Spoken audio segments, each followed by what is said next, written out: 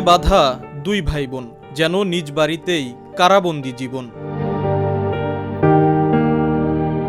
৩৫ বছর বয়সী জালাল মোল্লা এককালে কৃষিকাজ করে সংসার চালাতেন। হঠাৎ মানসিক ভারসাম্য হারিয়ে ফেলেন। পরিস্থিতি এতটাই খারাপ হয়ে যায় যে পরিবারের সদস্যদের মারধর করা শুরু করেন, এমনকি বাড়ি থেকে বের হয়ে চলে যেতেন অন্য কোথাও। মানসিক হাসপাতালে চিকিৎসা করিয়েও বিশেষ লাভ হয়নি। এক পর্যায়ে পায়ে লোহার বেড়ি ও শেকল পরিয়ে তাকে বেঁধে রাখতে বাধ্য হয় পরিবার। গত ১০ বছর ধরে এভাবেই চলছে জালালের শেকলবন্দি জীবন।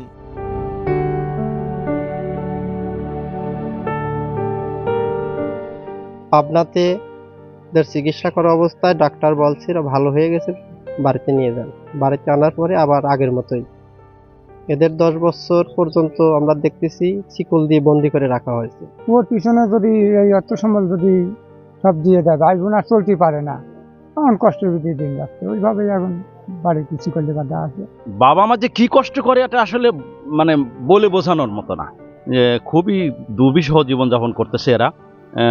শুধু ওই ফ্যামিলি না, পুরা এলাকার লোকজনই হতাশ। টাকার অভাবে দীর্ঘদিন চিকিৎসা না করার কারণেই এত কষ্ট, বুঝতে পারছেন। খুবই দুঃখজনক এটা।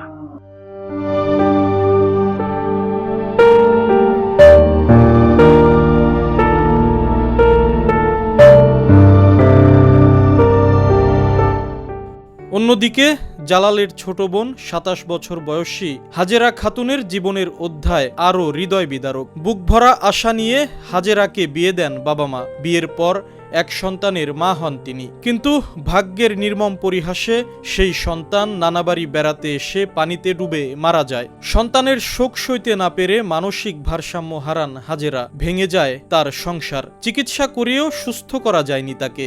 এক পর্যায়ে বাবার বাড়িতে আশ্রয় নেয়া হাজেরাকেও ভাই জালালের মতোই শেকল দিয়ে বেঁধে রাখতে বাধ্য হয় পরিবার। স্থানীয়রা বলছেন, শেকলবন্দি জালাল ও হাজেরার চিকিৎসা করানো তো দূরের কথা, খোঁজও নেন না আপন ভাই বোন। অতি কষ্টে খেয়ে না খেয়ে বৃদ্ধ বাবা মাকে নিয়ে দিন কাটাচ্ছে এ পরিবার। জালাল ও হাজেরা রাজবাড়ীর পাংশা উপজেলার মেঘনা মোল্লাপাড়া গ্রামের ফজাই মোল্লার সন্তান। ৭ ভাই বোনের মধ্যে জালাল পঞ্চম ও হাজেরা সবার ছোট। আশিকুর রহমান, সময় সংবাদ, রাজবাড়ী।